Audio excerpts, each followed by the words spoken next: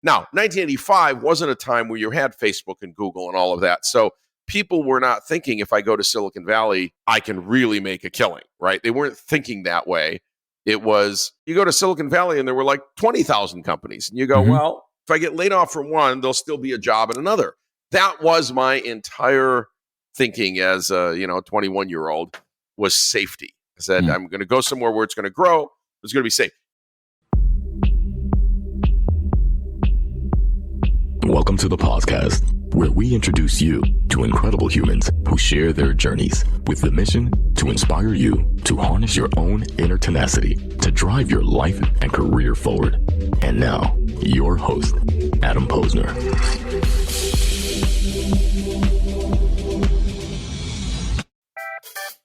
Hey, everybody. Welcome back to the podcast, where I bring you the best and the brightest in the world of business, marketing, and personal growth to help you harness your inner tenacity and drive your career forward. My guest today in the podcast is Kevin Cerase. Kevin is a Silicon Valley innovator, serial entrepreneur, CEO, TV personality, and edutainer.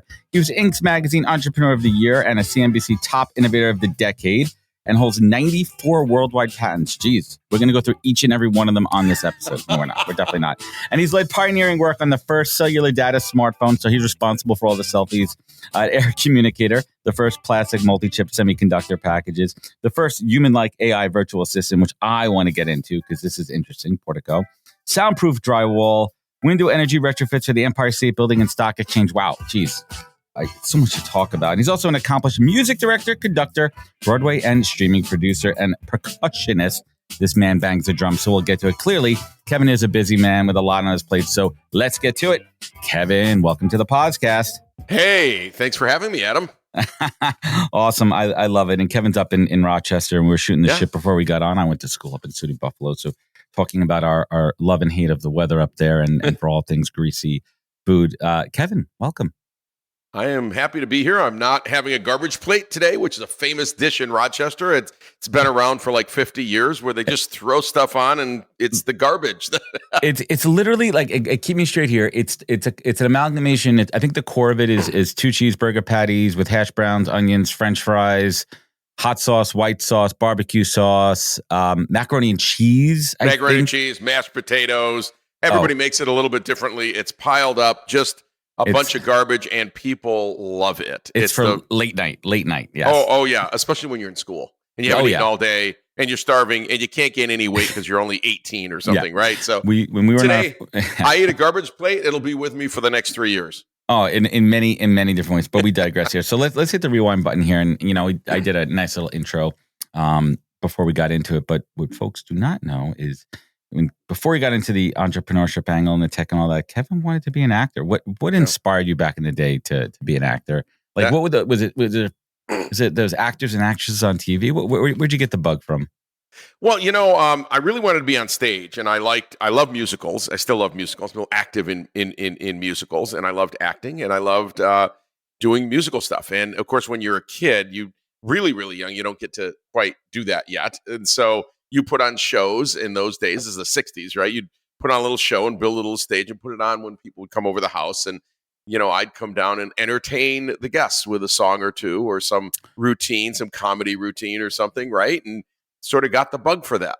Was it like Broadway, vaudeville? What was your shtick? Yeah. I'm not old enough to have done vaudeville when it was actually on. But, Broadway and...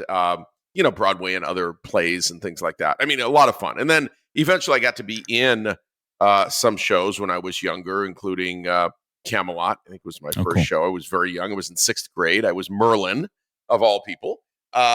Didn't get to sing, but actually did get to sing because Merlin kind of dies off very early in the show. So then you're in the ensemble. You get to sing the rest of the show. And what about the other side, the tech side? Were you a tinker? Did you used to tinker with stuff?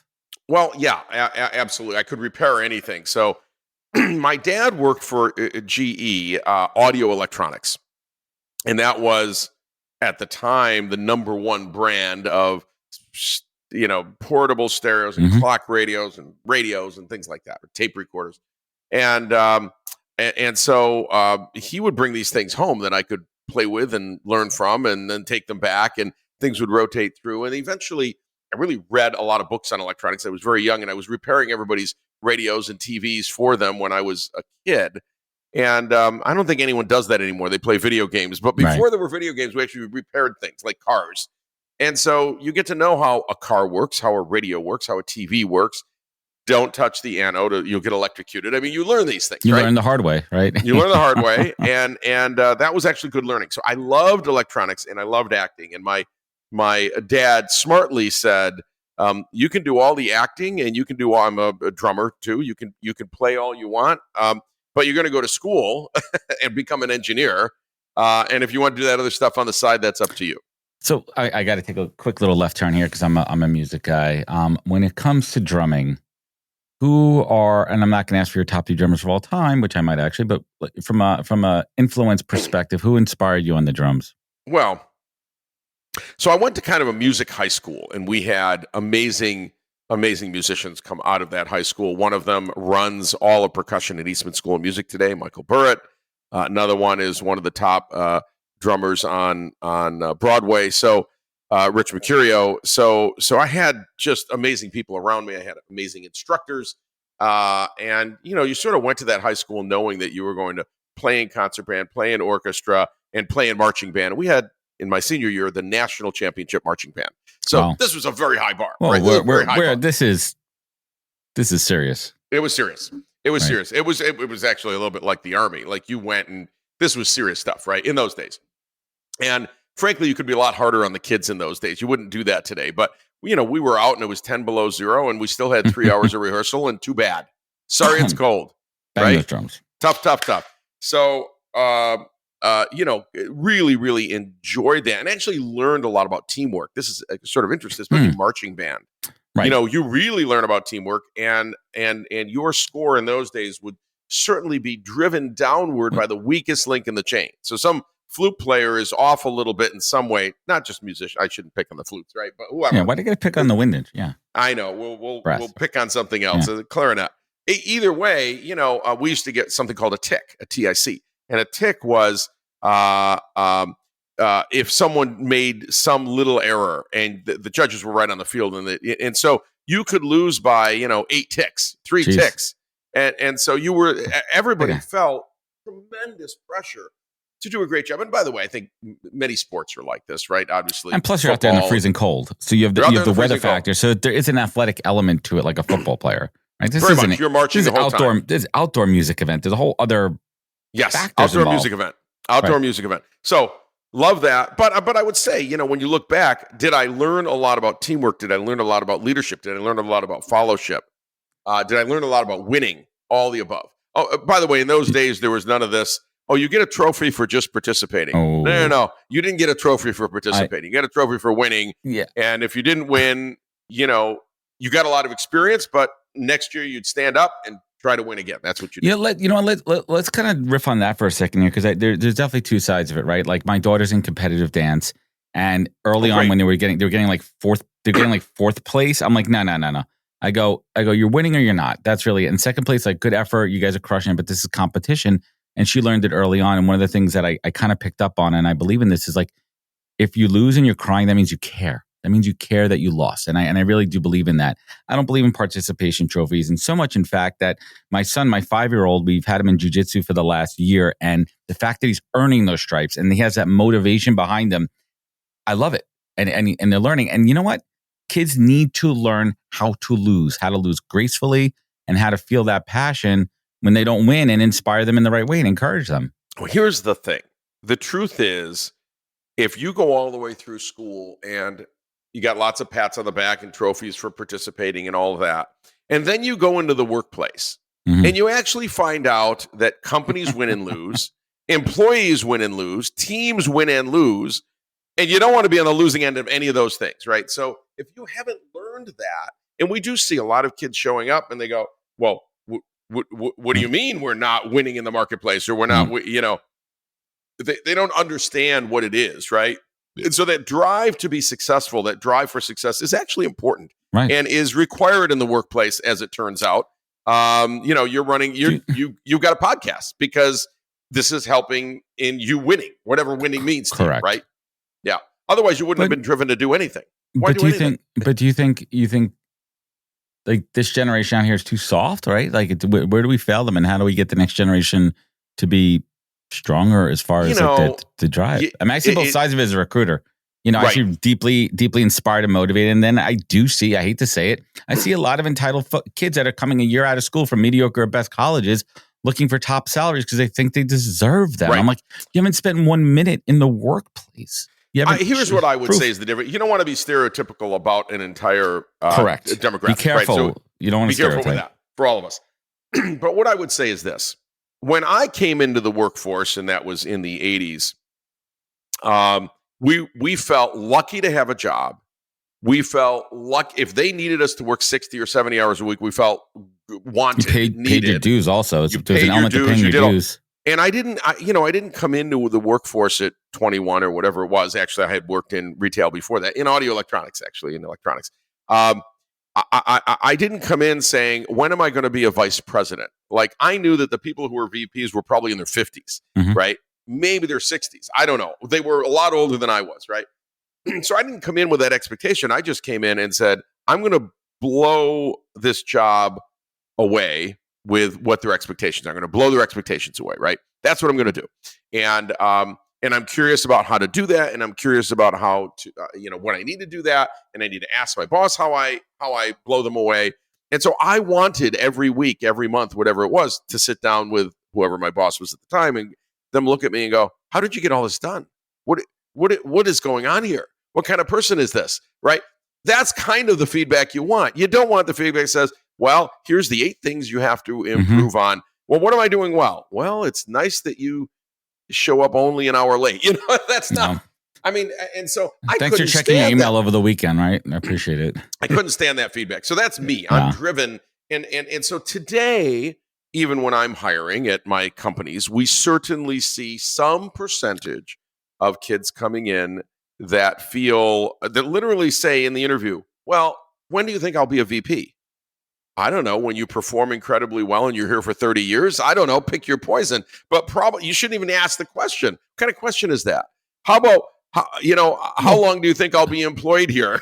Well, but you could reframe that question. Like if you're a young player, listen, my goal is to be X, Y, Z in this company. Sure. I love what you're building. What does that career path look like? That's fine. What does the career path? Right, if you reframe it versus your expectations. So right. let's flip it back here, and I want to talk about expectations. I want to talk from a kid growing up, in Western New York, going all the way across the country over to Silicon Valley. That had to be a culture shock to you. Tell us what that was like. I'd love to hear more. Great question. I went to Silicon Valley in 1985. Nobody was going. We need some like I feel like I need my music needs to be like 1985. Yeah, Boston. You're rolling in there. More than a feeling. More than a feeling. Yeah. I only have one track here. I mean, I have sound effects, but like you only have one track. No matter what anyone does, you play the same track. I love that. I'm a one track. I'm a one track pony, but I could program more here. I haven't done that yet. Anyway, I digress. So 1985. I mean, 1985. We're talking the only cell phones. I'm just giving it like we're like military and like these giant like tech there. So you go out to Silicon Valley. We're talking. Northern Cali in the mid 80s. Like, that's right. Culture shock. Culture definitely different than upstate New York. Yeah. Coming from, say, the Syracuse area, which is where I was. I was the only one who went out there. It was considered ridiculous. It's like, what are you doing? Why? I don't understand it. But here was my logic, right? I had interviewed all around the country. I actually had 12 job offers. I had 12 job offers. A lot of 85 was sort of a down year, so a lot of my classmates had 1 or 0. But I just said, look, this is a funnel problem. So what I'm going to do is put a lot in the top of the funnel. I'm going to go interview everywhere. I've got 5 years of work experience already through college because I was working in the electronic space. And so I got 12 job offers, and some were in Silicon Valley. Here was my logic. It's the funniest thing. I said, when I look at this electronics industry, we called it at the time, it wasn't really tech. It's like there seem to be layoffs every few years, like companies build up and then there's a downturn. And this could be in military electronics, consumer electronics. Sounds familiar. Software, whatever, right? I mean, we just see this cycle. And so I said, I better go somewhere where there's more than one company. So you go to Silicon Valley and there were like 20,000 companies. And you go, well, if I get laid off from one, there'll still be a job at another. That was my entire thinking as a 21-year-old was safety. I said, I'm going to go somewhere where it's going to grow. It's going to be safe. Now, 1985 wasn't a time where you had Facebook and Google and all of that. So people were not thinking, if I go to Silicon Valley, I can really make a killing, right? They weren't thinking that way. It was semiconductor companies, systems companies, software in the way that we think about it today wasn't really there. There was no web. There was no internet. There were no mobile devices. Well, no consumer web. No consumer web. That's right. Actually, no web, because there wasn't HTML yet. There was an internet where you could move information across. Mostly, it was DARPANET, and it was between, and then ARPANET, and that was between mostly universities and a few commercial establishments. So, there were 28 nodes on it or something like that. Nobody knew what it was, right? Like, if you think back to that time versus where we are now, and if you think about the acceleration of technology, how what's it, double, triple every year and everything, like, could you even think of now? Because this is similar, like 1980, like if 1985, you had no idea what 2024 would look like. But 10 years from now, is it even fathomable to think like how fast and microcomputing and incorporating AI, like we're in the infancy of this shit? Right. Well, that's a great question. So I speak around the world on artificial intelligence. I'm a keynote speaker, and so that's my plug. I'm a keynote speaker. You can find me. We're going to get into AI. We're going to get into this. So but let's get into it now. That's the thing. Let's get into it now. So if we were predicting in 85, we had a certain curve, right? And that curve was slow but up to the right. And then internet came, and then it went faster, because all of a sudden you could podcast if you want to 1 billion people. Yes. And before that, information you're going to have a really big radio station or something, right? Or you have to be on a network. Yeah. Right? You couldn't do it. Shortwave shit. Well, that's right. The cost of entry was high and required a 500,000 watt transmitter. And now, you can be in the podcast business for a few $1,000s or less, right? Not a lot. Not even. And this is fascinating. And so the internet changed the way we can get out to millions or billions of people. And then mobile came, and that changed it again, right? And so these were big step functions. And now AI. And AI is a step function in the way we interact, because we finally have a language technology. We've had math technology, that's Excel and calculators and other things. Now we have language, and that means anyone can make a computer do anything, if you wish, simply by speaking in their own language. Mm-hmm. Now, by the way, up until that time, we could, and I did, if we talk about virtual assistants back even in the late 90s, we could code virtual assistants to be almost human-like. Command prompt based. Right. Yes. Well, yes, but you were speaking to her, and actually it was speech. So you'd speak to Mary at the time, Portico, and she would speak back, and you would swear that she was very human, and she'd have many, many, many responses based on a whole set of rules. And people would say it was AI. Sure, whatever. It's in the eyes of the beholder, right? But the point is it took programmers to do that. Today, I can now speak to something in English, and it speaks back to me in English, whether I hear it in my ears or I see it on the screen. This is freaky for people, right? This is really, and you can ask anything, like anything. The programmer didn't program it, it'll still answer. Well, it's machine learning. I think it is, right, and I think that's the thing that throws people off. But why? I mean, people are acting like, "Oh my God, this is brand new," but it's been around. It's been around for so long. Is it more just because of consumer application of it? Hey everybody, I want to talk about a product and platform that I absolutely love, and our latest sponsor, Interseller, the prospecting and outreach platform of choice for recruiters and sellers. Whether you're doubling down on business development or recruiting talent, Interseller does all the heavy lifting of finding contact data, automating the email and follow-up process, and syncs all that rich data into 20 plus CRM and ATS platforms. Reach out now and get going on a 2-week free trial, and let them know you heard about it from Adam on the podcast today. Check out the link on the website. Appreciate it. Let's talk about the rise of ChatGPT and the misunderstanding in my mind of people. It's not replacing Google. It's different. No. The inputs are different. The way it gets its information, the way it processes is different. The source of it. And I always tell people, do not. I mean, we saw it early on about a year and a half ago, that story of the attorney who found the case study for his and presented it in court. And the defense is like, this is a fake story. You relied on ChatGPT and it gave you bullshit, right? It gave you an example. Well, ChatGPT did what it was programmed to do, which is create sentences. Correct. And under any circumstances, it must create a perfect sentence. It isn't supposed to create perfect facts. It actually doesn't know fact from fiction, but it will deliver a sentence to you. And so people are enamored by ChatGPT because for them, it's the first time they've been able to interact with AI and machine learning really in a direct way, in their own language. But we've been working on language models literally since the 1940s and 1950s. This has been a 70-plus year trek, and it's gotten better and better and better. And now we have the compute horsepower to spend billions of dollars to train a model, literally billions, to train a model that is almost indistinguishable from me talking to you. Mm-hmm. It's fascinating. And either of us could be wrong on our facts too, right? So very human-like. And there's so many elements. Here are the elements that have really caught my attention. One are the deep, and we'll dig into these in a little bit, deep fakes when it comes to politics, pornography, anything that you could do to change someone's appearance and literally put words in their mouth. And the technology is incredible.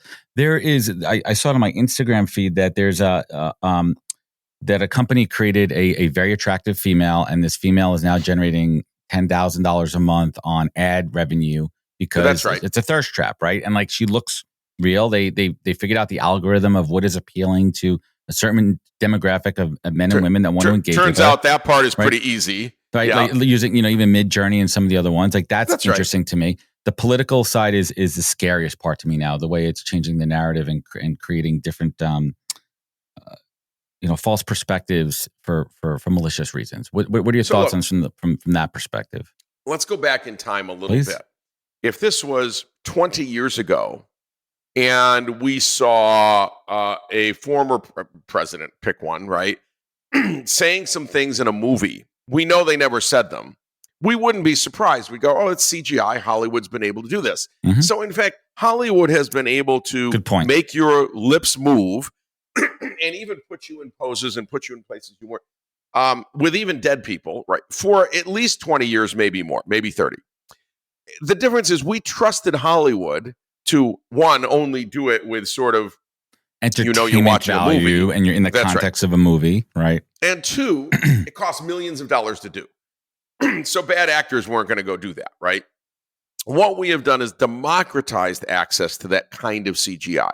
So much so that I can take my voice and clone it in 1 minute and put it into pretty much anyone else's face, including yours. And you could be speaking my voice with your lips moving. I need very little of you. Yes, I do it all the time, actually. Pretty easy to do. So I do it for my keynotes so that I can show here's where the state of the art of technology is, and it costs me $0 to do it. Now that's the difference. When it costs $10 million to do it, of course a movie would do it. The barrier to entry was much greater back then, and you need to now it costs zero. So I can put any words in any politician's mouth, including Joe Biden, Donald Trump, some of them are kind of funny. Hunter Biden, anyone else, right? Doesn't matter. From an entertainment perspective, some of them are funny, but then there's a scary part too, where the folks that take it as gospel, they take it as truth, and that's where things get dark quickly. Well, we have a lot of people in this country taking things as truths that are not curious enough about the truth to go seek it. Correct. And that's a whole other fundamental problem, right? But even in these days, like where's the source of what is the source of truth? Like what? Like, well, not video on the web, not audio. Okay, not text. However, let me also go back in time. For 20 years, we have seen Photoshop fakes on the web and everywhere else. And you didn't know if it was real or fake, but you began to suspect that something might not be real if they were doing something that was really out of character.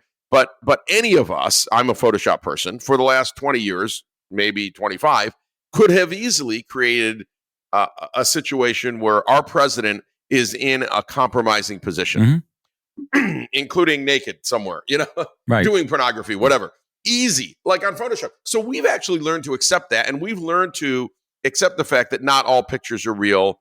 They're probably, and so much so that we call it Photoshopped. Oh, that one was Photoshopped. Yeah, we called it what it was, right? What the technology is. So now we're scared because there's video. So this is kind of the video Photoshop, if you will. And it doesn't need hardly any training to do it. You could just go on, pay a few dollars, and get these deep fakes out. Now, as you noted, pornography, I think, has had deep fakes for a decade or so. Yeah. It always starts there. It always Everything. starts. And so we've had deep fakes, and now we've got just bad actors using these deep fakes to put presidential candidates into hot water. So we're not going to be able to trust any of this stuff. That's the bottom line. So we're not able to trust it. So the question is, like, have we lost the ability to trust in a source of truth these I don't days? Know. Hold it. Do we really trust everything we read on the web? No. We haven't. Do we trust? That's right. Have we trusted every picture we've seen on the web for 20 years? No, because they were photoshopped. We didn't trust them. Some people do, but they're not curious enough to say, is this real? Is it Photoshop? And now all we're doing is extending this one step further to video. Because we've always said, well, we really trust it if it's video. Well, yeah, like we saw it. It's video. It's now you can't even trust it at all. Now you can't trust video, which means you really can't trust anything, without going back to the source and having them say that was me or it wasn't me. In the end, a presidential candidate needs to say, yes, that was me or it wasn't me. And then you have to take it at face value. Then you have to see if you actually trust that person. So somehow it's always coming back to human gut, that gut instinct. And unfortunately these days, I think a lot of us have lost that due to the dilution of the negative effects of social media. So I spent, and again, I'm going to go off on a tangent here. Over Thanksgiving, everyone's cooking around the house. The kids are busy. And I literally was like, I'm just going to sit on the couch and doom scroll TikTok. And it was a huge mistake. And I haven't done it. I need to see such a digression of human behavior and this quest for Insta famous and vanity. And it really, it hurt. It hurt. It just felt bad to me. It felt gross. It felt yucky, icky. And my daughter, she's 11 years old and she's on TikTok, but she's doing these dances and it's very innocent. And like, she's a competitive dance and she's doing choreography and all that. But then I see it's just over sexualization and it's just, and technology is making it worse. But you have this like kind of a positive outlook. What's your take on social media and the future of it? Well, look, social media is both good and bad. Social media would clear itself up if it weren't ad-based. Like if you had to pay, everything gets cleaned up because now you don't have the algorithms that are trying to push you stuff that gives you a feedback loop, right? That's a doom loop. And so when you look at Facebook, the reason that people believe deeper and deeper and deeper and deeper the same thing is because the algorithm keeps feeding them the same thing. Right. And after they've seen a million of the same thing, they go, well, clearly this is true because that's all I've seen. And so, generally, if you're a liberal, you're not seeing, sort of Republican views. If you're a Republican, you're not seeing Democratic views, et cetera. And that isn't good for society, for sure, because the human brain wasn't meant to get that much feed of exactly the same thing all the time. Being spoon-fed what we think. It's like bias completely. Yeah. It really is. It's a problem. So look, I think. Oh, that's interesting. Yeah. So a small light fell from my thing. It's okay. That does happen. A little technical difficulty, but there's still enough light for me, so we'll survive. We're good. So TikTok's interesting. So I did a movie. I do movies also. We didn't get into that, but that's cool. Let's get into it. My last movie was 1660 Vine. It's not. It's done, but it's not out yet. It hasn't been released. And it is about influencers primarily on TikTok. Yeah. And it's about influencers eventually, they come together to live together in LA. And over time, they realize that authenticity is more important than the crap they're putting out. And that it's all that they're living a fake life. Every time the camera comes and you get to see them behind the scenes. Now, our stars of the film are actually influencers themselves. So they have been living the influencer thing. They've been selling these products and they've been getting the lights on. And, true method acting here. Yeah. It is true method acting. But they're living it. And at the end of the film, some of them come around, not giving away too much of the ending. Some of them come around to the fact that authenticity is more important than the money that they were making from selling these products. Right? It's really fascinating. It is a musical. It was originally a stage play. We turned it into a feature film, and we filmed it at an apartment complex in LA, right down the street from the actual influencer apartments. This is interesting. The word authenticity, and I've been on my soapbox for the last couple of years, specifically on LinkedIn. LinkedIn's a platform that I live on and I built my brand on. Of course. With this whole, I stand on the pillars of authenticity, but I also see that authenticity could be manufactured. Not so much real authenticity, but the optics of authenticity, right? Because it's the whole concept of personal brand and portraying who you are on social media. But everyone thinks that you need to be a certain thing in a certain way based on your goals, right? Are you looking to build an online business? Are you looking to get hired? Are you looking to propel yourself as a thought leader? So authenticity is hard. And I think it comes down to credibility and really going back to something that you mentioned, which I think is a core strength of a human with high agency is supreme curiosity, being intellectually curious, always searching for answers to why. Why did this happen? Why is this happening? How did you get there? How did you get to that point? And exploring. How do you define and also how do you fact check someone's authenticity? Well, that's a good question. Authenticity is sensed, right? We sense that you're being authentic when, and that is a little bit of a sixth sense, right? Nobody's sitting there going, "Let me give you the authenticity test." Could you please take these 5 questions for me so I can fact check your authenticity, right? No, either you come across as authentic or you don't. You mentioned curiosity, which is related but different, because I think the best entrepreneurs are simply curious. They are, people ask me, how did you end up with 94 plus patents? And I was just curious. I'll go, what do you mean I can always hear through the wall in the townhome next door? Maybe I should fix that. Why can't I make soundproof drywall? Right. Why can't I make windows that are just as insulative as a wall is? Well, because you can see through them. I'm sorry. Give me the physics of why I can't make a window. What's the science? And let's see if there's a workaround. Well, there is a workaround, of course. We invented high R-value windows, put them in the Empire State Building. I did soundproof drywall. That is true. It's I don't know. There's billions of dollars of that product installed around the world today. Invented the virtual assistant. People say, why'd you invent the virtual assistant in the 90s? And that got licensed to Apple for Siri, and it got licensed for Alexa. And so you use Siri today. It's based on that technology. And you go, why did you do that? Well, because I was in the car and I wanted my email. And I'm driving, and I wanted to answer the phone and find out if I could schedule you on my calendar, but I couldn't do that because I couldn't see the calendar. But I could create a virtual assistant that could see my calendar, could see and read my email, could actually do useful things while I'm driving. That was the bottom line. So we created Mary that you could call on my behalf, and she'd answer my phone first and either put your call through or say, oh, you want to schedule on his calendar. I see your name is Chris Brown, and I see you're in his contacts. I'd be happy to schedule on his calendar. How much time do you need? She would have that interaction with you, and people would go, what is this? Is it free? They thought it was alive, most people. They didn't really know. We made it seem alive. So that was, again, I was curious as to why someone hadn't done that because there was a pain point.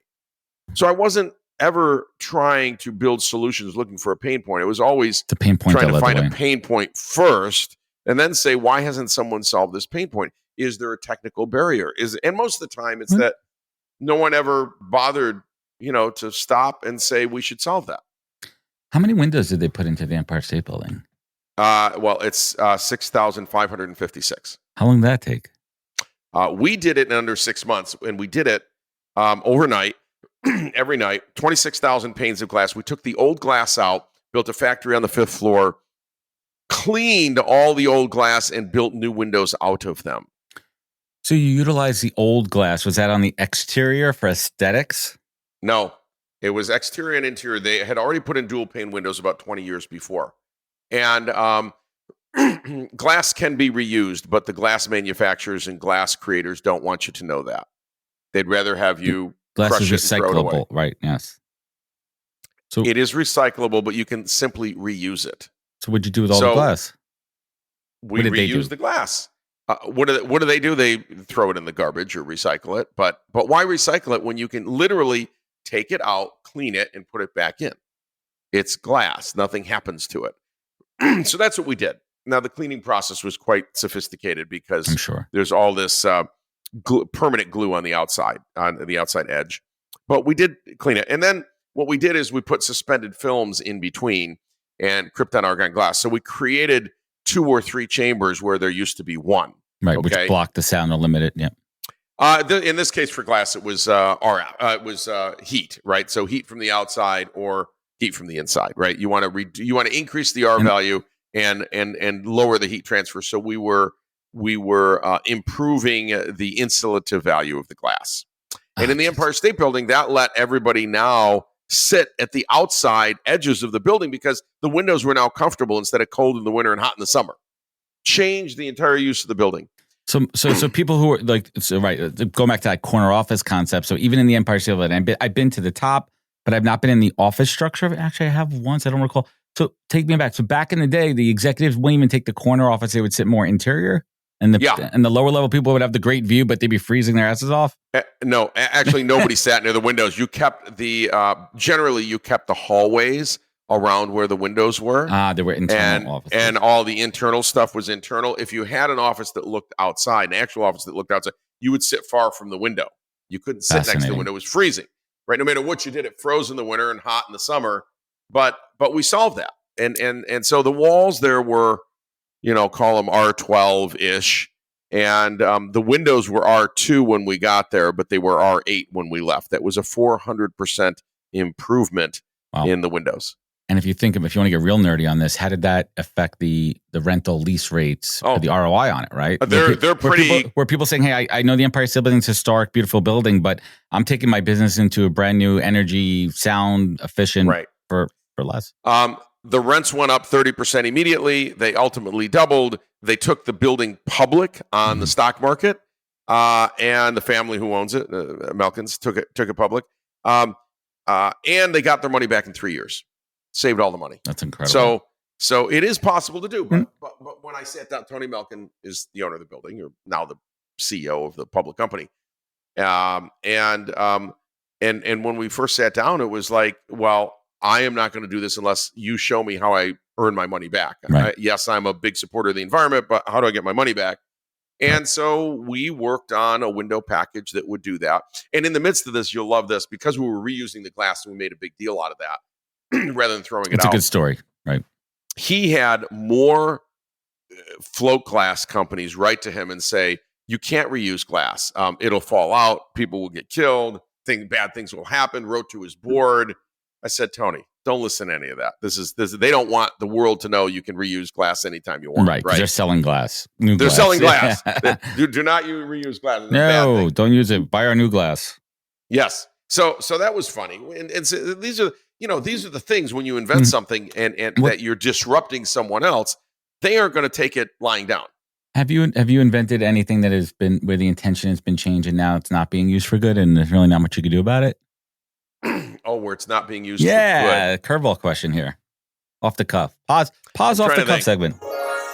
I think that everything I've worked on is either being used or not used, but none of it is being used for bad. That's right. What I can think of, right? You don't create bad things.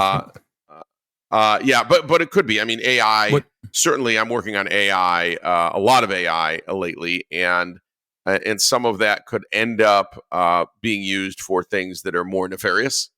Right. Do you think this is a real concern? Are we the robots? Are we in the Terminator 2 phase where the machines are going to take over soon? Are we literally building our own demise? Well, first of all, machines can't take over. Right now, it's software that presents itself on your screen, and you can unplug the darn server. But we are at a point where we can train a computer to break into the nuclear codes.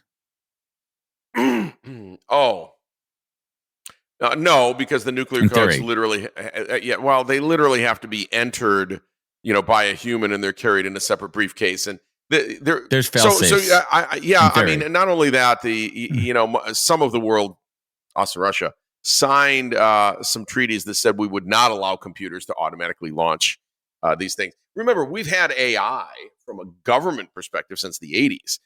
FBI has been doing facial recognition. I mean, we have all kinds of things. It's gotten better, right? So we've had the ability to let computers launch nuclear weapons. Remember the movie War Games, right? We've had a long time to do this, but we've decided this is a very bad idea. It's a bad idea. Look, as I say, do not hook ChatGPT to the nuclear arsenal. Bad idea. But also, don't hook Excel to the nuclear arsenal and let it decide through some math algorithm. You know what I'm saying? It's like, don't do any of that. Have people there who are in command, who are looking at all of the available data, because this is a button that when you push it, there's no return. It is a really bad thing. So don't do that. And we are not making physical objects today. We're not making physical robots that can go around and kill people. Okay.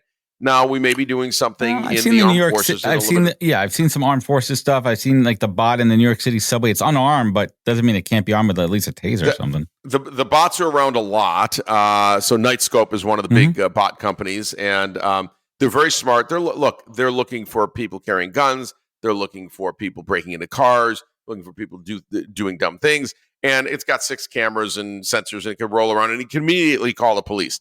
But don't arm the thing. That's a bad idea. So to date, don't let it be the judge, jury, and executioner.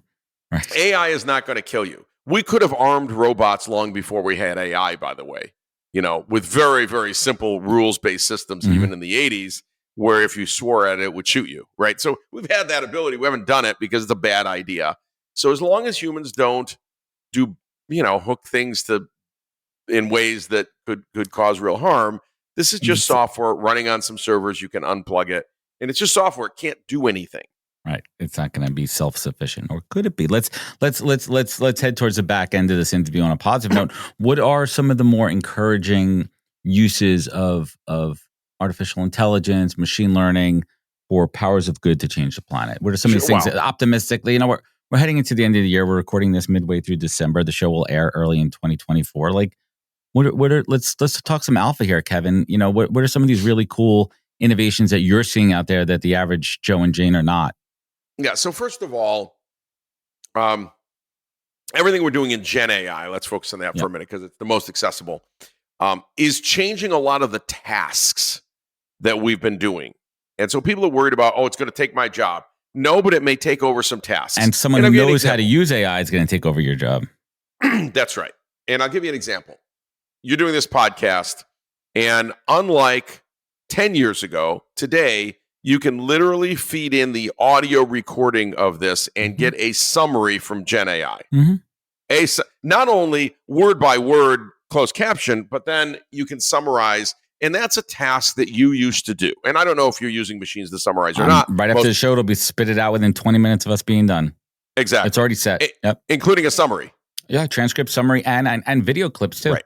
That's right. So based on virality scoring, AI virality scoring. That's right. That's right. So why would you do that task anymore? In fact, it's not your key task. Your key task is doing the interview. That was a painful task that used to take you hours or hire a team. And now there's a machine that does that, right? Now, there used to be someone else who summarized, you or someone else, and they're not doing that task anymore. So when you look at marketing, people who write blog posts, look, if you're coming into the workforce today and you're not using a large language model to write your blog posts, nobody's going to hire you, right? That'd be like going into a finance department and saying, but I don't use Excel. I do long division by hand. They'll go, get out, right? So on LLMs, ChatGPT, Bard, etc., are just going to be part of our everyday lives. They're now built into the Office, Microsoft Office. They're just around. We're going to use it every day. We're going to use it. So a lot of the tasks you used to do, you're going to be a lot faster at.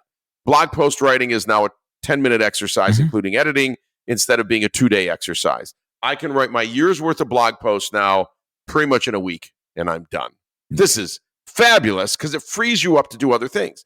Now, if you were a third-party blog post writer and that's all you did, probably you got 2 choices: change careers or be so good at running an LLM that people come to you because you're the master of prompting and the master of editing. And tone and voice, right? Being able to program it for tone and voice. Prompt engineer is going to be one of the biggest roles coming into the next few years. It is, but we're also getting better at making prompting easier. And so I think you're going to see this become easier and easier so that all of us can do it. But the problem is not all of us want to do it. We have another job. I have another task. I can't also be the prompt engineer. So I may still go to illustrators who will use generative AI to give me 20 illustrations back that they've reviewed and input and this and that. But they might not actually draw themselves anymore. Very rarely. Why would they? It's fascinating here. So, I mean, how do we keep some guardrails in place? What are these guardrails just for society? Well, now there's lots of rules from the White House and from Europe. There are guardrails on all of the major models, but the open source ones there are not. And people are going to do nefarious things on open source, right? They just are. And they're already generating phishing emails where you cannot possibly know that that's phishing. It's so good. I warn my parents about these every single day. I'm like, check the email address that it's coming from. Even then, they could still do it. But I'm like, oh yeah, you could spoof it. But like, really, the first sign, just check that email address where it's coming from. That's a start. What? Yeah, when you reply and you see it has some goofy Yahoo, AOL, dot Iran. Yeah. don't go there. So that's happening, no question, and that's changing the world of cybersecurity. All MFA has been hacked and is hacked every day now for ransomware. So you think that code on your phone or the thing, and you forget it. That's easy to hack. So there's next generation MFA company I'm working with called Token Ring, and that's multi-factor authentication for anyone out there. Yeah, right? That's right. 2FA MFA. Yeah. So next generation is a very, very different technology where it ties to your biometrics. You wear it all day. In this case, it's a ring. Put it on in the morning. It identifies you as you. You take it off. If someone steals it, it doesn't work for anyone else. It only works on your finger. It's bio driven with certain metrics. Bio driven on your finger. On your finger. Yeah. And yes, someone's going to say, but can't someone cut off your arm and slap the thing around? Yes, they could cut off your arm, but fortunately, ransomware doesn't happen that way. That's a bigger problem if they've cut off your arm. So don't worry about that. But that's the level of protection we'll need. And there's no human involvement in that, if you notice. So I can't be tricked into giving you my code because I have no code. And I urge everybody as well, like, select yes on that. If a company's not mandating it on any of your technology, it takes an extra couple of seconds to put in the codes on your phone. It takes it, and especially for any banking, finance, any apps like that, protect your shit. It takes and I like to use tokens for for crypto. I'm using Ledger. I have my own wallet, my own keys, right? Like, hold on to your stuff. Yeah. Look, today for most consumers, legacy MFA is the only choice they'll have. Right. They won't have. But all businesses today can use next gen MFA because all their applications support it. Salesforce, SAP, Oracle, et cetera, right? So all the big and Microsoft Office, all the big enterprise applications already support next gen MFA. The consumer side of banks and things don't yet, and partly because you're not a target for ransomware the way a company is. So someone could target your bank account, try to withdraw the money, but they're going after companies and then saying, I'm going to release all your data unless you pay me $1 million, right. and they get the $1 million. And some of these ransomwares have been 25 million, and they paid. It's just easy. But then what stops them from doing it again? Next generation MFA is all we've got. You put next generation MFA in, nobody's getting in your accounts. Period. Full stop. Full stop there. So let's bring it home here. What are you working on that's exciting coming up? Next gen MFA, I think, is big. I am working on AI that can look at building codes and look at your building plans and say, do you meet all those 700 codes or not? Just based on the plans before even a brick is laid. That's right, just based on the plans. Wow. Right now, city inspectors do that, city code compliance officers, but many of them are 1 to 2 years behind. So you turn in your plans, you have to wait 2 years for the approval. I need a machine to do that. Fascinating. So, to hear a crazy random thing that you probably already know, we moved out of the city a number of years ago, and I go into the city maybe a couple times a month, and I've noticed, like, why does every building have a scaffold around it? Why does every building have a scaffold?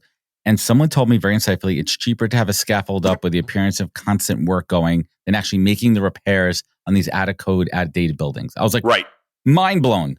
How shitty that is. It's scary. That is true. Look, anyone comes in and says you got to bring this building up to code. That is a bear. So keep some scaffolding up and say, yeah, you're working on it. It might be another 20 years, right? But you can't say I'm not working on it. So put up some scaffolding and actually just buy the scaffolding, bolt it to the side, and walk away. Right. It's a scary world we live in. So let's bring it home here and let's end this on a positive note. Kevin, what's the single greatest piece of advice you've ever received that you take action on daily? That's the key. Oh my goodness. There's so many, right? Authenticity is really one. It's a newer word, but that's true. My dad said, I'll give you one, and of course, curiosity. We've talked about that. I'm curious all the time. I read. I can't read enough. And I don't read enough novels because I go, that's non-factual. I need to read facts. I need facts and news. But the other thing is friends do deals with friends. That's what my dad said. I'm leaving home and he goes, look, don't forget that friends do deals with friends. And his point was, nobody's going to do a deal with you if you're mean to them, if you're their enemy, if you're seemingly on the other side of the table. You're on their side of the table, which is really the core of authenticity in the first place, right? Friends do deals with friends. Enemies do deals with no one. Yep. Exactly. And Kevin, last but not least, you look back on your life and absolutely incredible career journey. You're able to execute on your passions, your curiosity, but I'm sure there's been those roadblocks and those downtimes. So during those downtimes, you had to dig down deep and harness that tenacity that I could hear and see in your voice and the work that you've done. What pulls you up? What pulls you forward? And in the same breath, you look back now with genuine gratitude. Kevin Cerase, what is your compass? What is your beacon? What is your North Star in life? Yeah. Joy.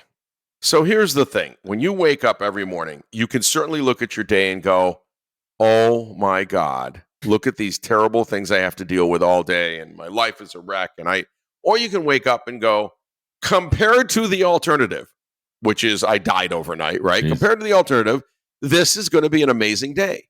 And I'm going to make the best of it that I can. And that's going to be the subject of a book or speeches I'm working on and stuff like that because I have great joy every day. And it's the first, I wake up and go, I am joyful. I have my lovely wife. I have my lovely family. I have a house. I have so much. And I could be in the middle of sub-Saharan Africa and have nothing or have not woken up at all. So you got to look at it that way. It's always a great day when your eyes open and you're alive and you get to live out today in a whole new way. I love it. And make your way and you own the day. Go for it. I absolutely love. Oh, that's not the button I wanted to hit. I wanted to hit my crystal. No, that's a good one there. But I love it, and the one that I love, just putting on top of that, we've all survived. If we're here right now, we've survived 100% of our bad days, right? Yeah, and we're here to live it so far. Kevin, this is fascinating. Is there Kevin Corp? Could I invest in Kevin? And I would buy right into that. But Kevin, I want to thank you so much. It's been a great conversation. We could certainly keep this going for hours on so many tangents. And the best part, me as a podcast host, is I went completely pretty much off script on this one. I knew kind of some things I wanted to get to, but I went with my curiosity. And I made right turns. I made left turns. I didn't follow my standard flow, but I got to everything I wanted to. And I think I brought out the best of you for our audience right now. More information on Kevin, you can follow him on LinkedIn and definitely check him out for your next event. He's an incredible keynote speaker. Where else could folks connect with you? Where could they learn more? It is KevinCerase.com. KevinCerase.com. KevinCerase.com. Easy peasy. Easy peasy. Kevin, hang with me one moment here. Thank you so much for your time. This has been a lot of fun. I think I'm gonna invite you back on maybe in like 50, 60 episodes and do a touch base and see what other tangents we could go down here. But everyone out there, if you found this episode interesting, informative, please leave a review rating. It goes a long way. You know where to find out more at thepodcast.com. Check out our new improved website with all past episodes. Social media, you know where to find us at NHP Talent. Remember, take care of yourself, be good to yourself, be better to others, and catch us next week for another great episode of the podcast. Take care, everybody. Wisdom is forever, but for us, it's time to go. Thank you for joining us. Luckily, we'll be back with our next episode soon, jam-packed with more incredible humans. Thank you for listening, subscribing, and sharing. To join the conversation, search The Podcast on LinkedIn. And to catch up on past episodes and more info, please visit www.thepodcast.com.